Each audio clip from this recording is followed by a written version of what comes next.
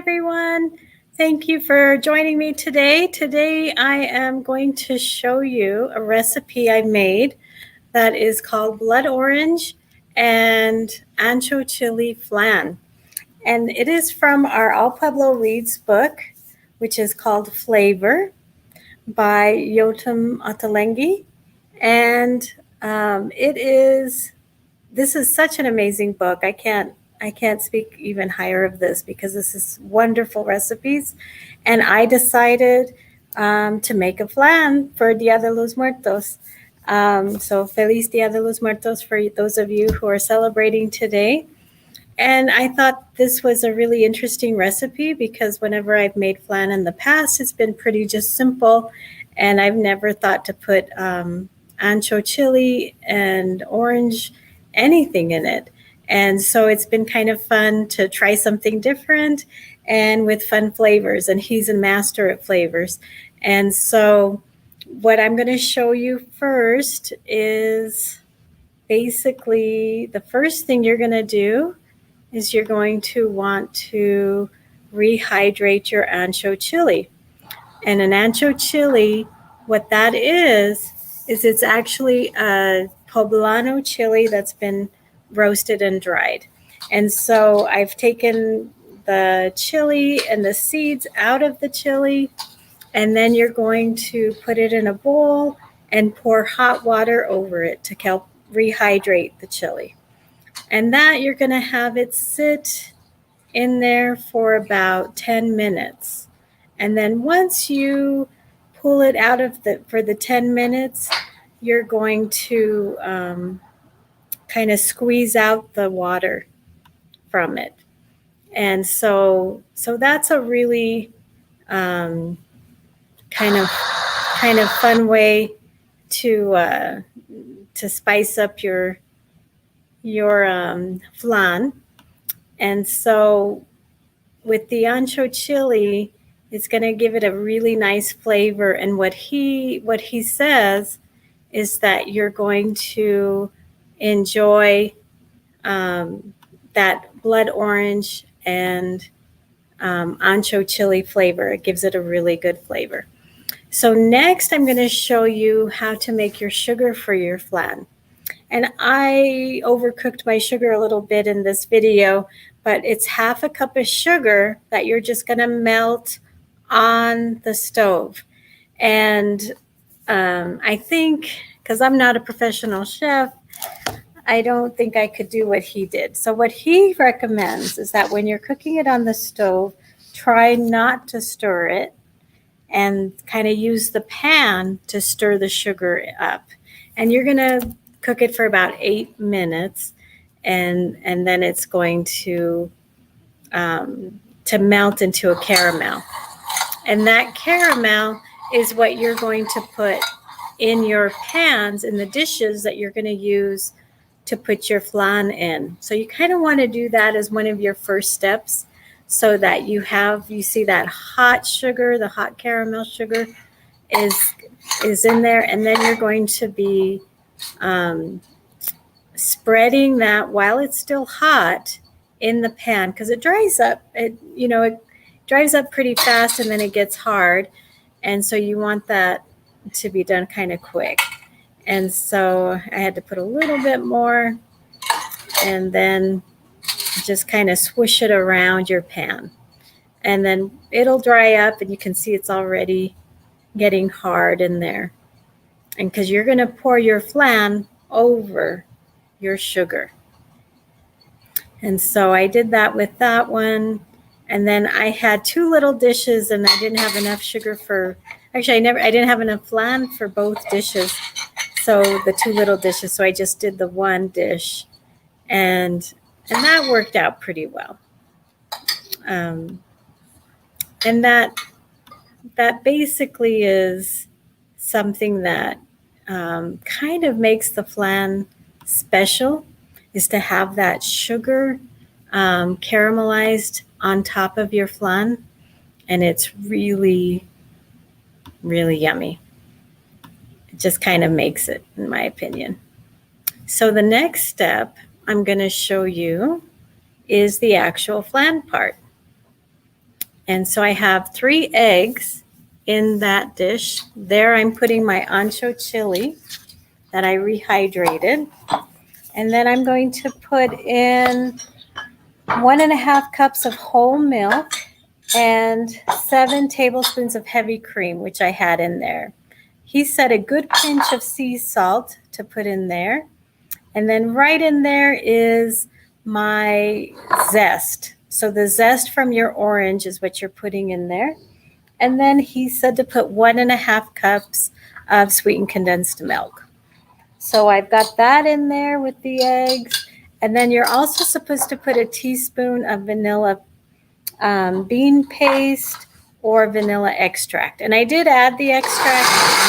I just forgot to tell you.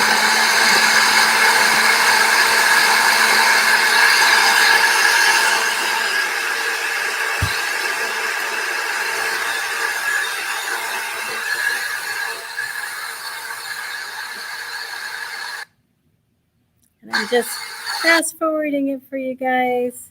You can see it looks a little orangey, and it looked pretty good actually.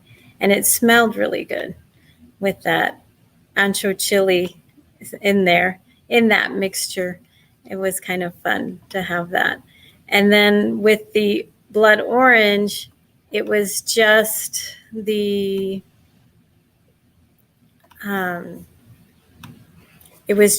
zest of the orange is what I put in there. And that adds a lot of flavor in a lot of his recipes. I see a lot of lime zest or orange zest, and it's kind of fun to do because it really does make a difference in your dishes. And so this next one is because you have that ancho chili, you're going to have to strain, because you could have a few seeds in your chili as well. And so you want to strain your mixture. And then this is what I'm doing here. And you're straining it as you're pouring it into the dishes that you're going to bake in. And so you can see, you can even hear the caramel kind of feeling that flan mixture pouring over it. It's kind of cool. And then I had to use a spoon to kind of let it go a little faster in the straining of it.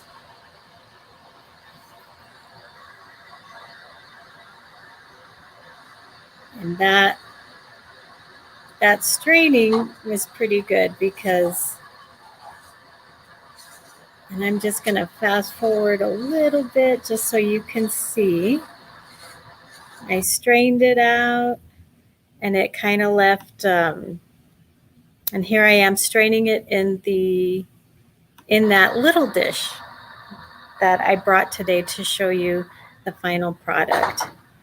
And so I just had to use the spoon again to kind of get all that liquid through the pulp of the chili. And as you can see, making flan with the blender is kind of fun. And then you can see that some of the stuff that's left over, you just throw away. And then the dish that I have it in is a bigger dish because you've put your dishes in there. And then now you're going to put, and I took that other one out, and now you're going to put water. And this is hot water that I am putting up like halfway up to each dish. And then I'm going to put it in the oven to bake. And so that hot water is called Baño de Maria. And so it is basically just a bath that you're cooking your flan in because it needs that. And so I'm going to tell you, you have your oven heating up at 350, and then you bake it for 45 minutes. It said like 45 minutes or so you're going to bake it. And then here I am. I'm going to show you when I pulled it out of the oven. But one thing I wanted to tell you about the Baño de Maria is when you do that, you're actually going to you're really going to have a heavy pan. So you kind of want to do that once it's already kind of in the oven. So when you have your big dish with your little dishes inside and you put it in the oven, that's when you should pour your hot water. And then that's where you see I've pulled out the flan, and then they're both kind of jiggly and they smelled really good. And so that was, that was after 45 minutes in the oven at 350. And so when you have your big dish in that oven and you pour that hot water, that's the best time to do it. Not when you have to pick it up and put it in the dish, because then it just makes it heavier. And so that worked out for me. I am going to show you the picture in his book because it looks beautiful. And in the recipe, it's actually tangerine. But he had recommended that if you can find blood orange, that it actually works better. So I found that, and so I did that. And he said the blood orange really has a really good flavor with the Ancho chili. So I brought it, the little one that I made, and what you're going to do is you're going to take a knife and kind of like just go all around your flan, even kind of push it in a little. And then you're going to take a plate, and I have a Day of the Dead plate here. And then you're going to turn it over. And so now I've got it turned over. And let's see. Ooh, okay. That looks really good.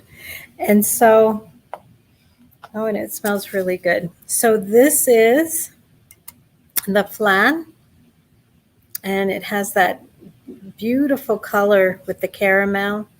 And then I'm going to go ahead and open it up for you. And oh, wow, you can see normally it's like a beige color with just a plain flan. But I think because of the orange and because of the Ancho chili, we've got a beautiful, like orangey flavor, a orangey looking flan and flavor. I'm sure it has that orangey flavor. I'm going to try it because I haven't tasted it yet. Yeah, this is really good. And what he recommends that you're going to have some juice from your blood orange, and you pour that over it before. And oh my God, I'm sure that I forgot my juice today. So when I go home, I'll do that with the big one, and it's going to taste really good. But I don't know if you need it because this is amazing. You can taste the flavor of the anchos and the zest from the orange, but it's just really good. You know, he's a master when it comes to all these special flavors that you add to them. And so I really hope you give this flan a shot and try it out. It's really easy to make, as you can see in the videos. All you need is a blender and then to caramelize your sugar, and that's pretty much it. I mean, it's not hard at all, but it's totally worth it. And then you have your flan in that pan and you put it in the refrigerator at least 3 hours, but I would say do it overnight, and then have it set in room temperature for about 30 minutes, and then flip your flan and you will be in heaven. So I also wanted to let you know that because Ottolenghi is our All Pueblo Reads author, he is going to be with us for a virtual author conversation on Sunday, November 7th at noon. So feel free to check in with us on Facebook or YouTube. You don't have to have a Facebook account to watch. And then also, if you want to see any of our other All Pueblo Read offers with him, you can actually have a chance of virtually cooking with him, which I'm going to do this year. You can check out those different packages that we have for All Pueblo Reads. Thank you for joining me today. And I hope you give these recipes in this book a chance because they are really amazing.